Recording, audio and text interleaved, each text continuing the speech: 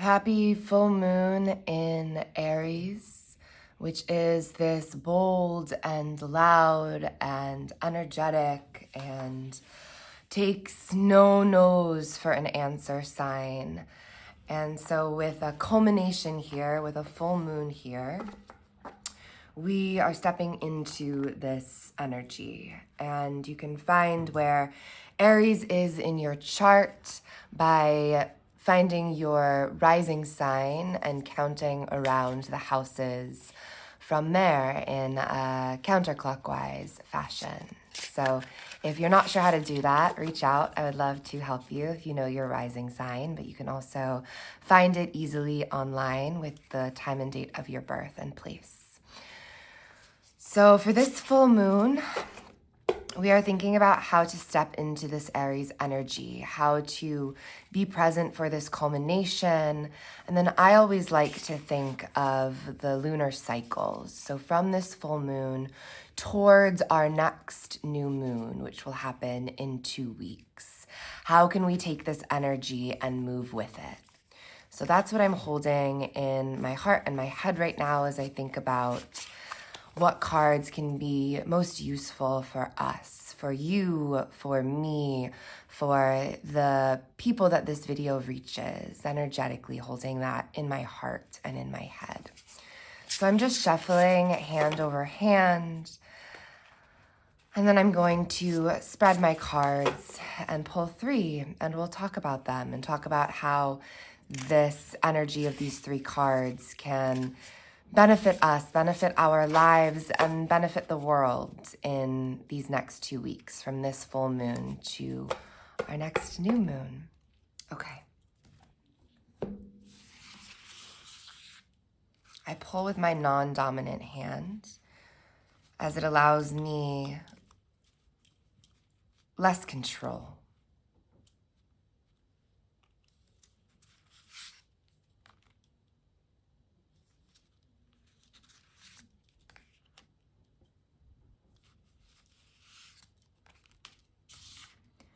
Okay, beautiful. So I've pulled 10 air, which in a traditional deck might be called the 10 of Swords. And then 4 fire and the Empress. And I'll start with our center card, which is in a reversed position, which with 10 air means that we are conscious of this state of worry and we are moving away from it. So I'll turn the card right side up so it's easier to see. It's an image of a person surrounded by these dark ghosts who have been conjured from their very body. These are creations that we have made. They are not truths. They are not real.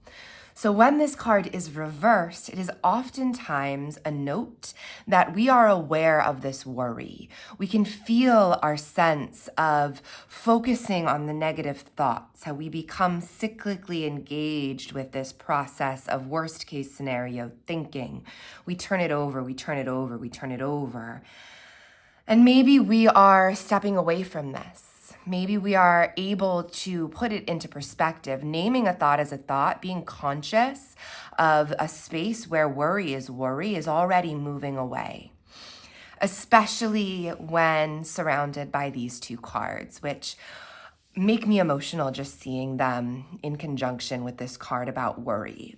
The world is in a scary place right now. We can see this pain spread wide. We are also coming up on this anniversary that marks a deep period of pain and anguish. For me as a Jewish person, I think about this anniversary and the last 2 years of genocide, and then the 80, 100 years of cruelty that have been enacted in the name of a Jewish state. And I hold this deep sense of worry. And this Aries full moon is also asking us to step into action. So how do I do that? How do we do that? And these cards on either side are a balm for this worry. How do I take this worst case scenario thinking and how do I move it towards a better world, a better life, a better sense of the present moment? So I'll start with Four Fire.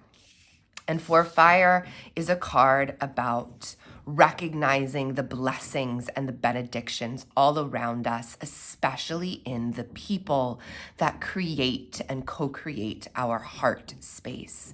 This image always reminds me of my own heart, of seeing that living, beating organ inside of me and recognizing all of the ways that I am fed and loved and given warmth and strength by those I am surrounded by, my people, my family, and then more broadly, the place in which I live, my home, my spaces, the creatures around me. How can I see my blessings?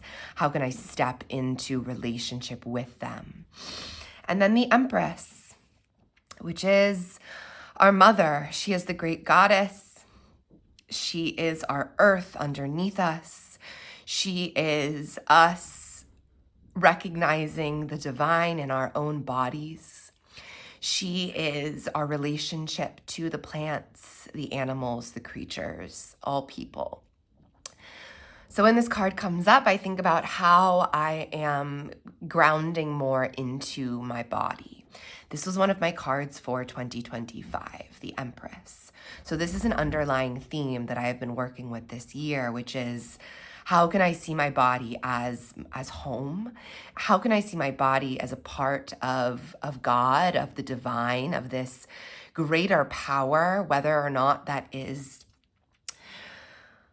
something above us, something spiritual, some thrumming, energetic pulse that we can connect to, or if it is very literally the flowers outside my window, the tree on the street, knowing that when I put my hand, when I touch another living creature, that I am connected to it. We are all a part of this planet. So, to work with this full moon energy in Aries, how to move for the next 2 weeks as the moon is full and then gradually wanes again down to her new state. I recognize my worries as such. I name my thoughts as thoughts. I step into relationship with my blessings and benedictions, letting the heat and warmth of that belonging feed me, give me a sense of place and purpose. And I connect deeply to the earth, to my body. I thank the goddess.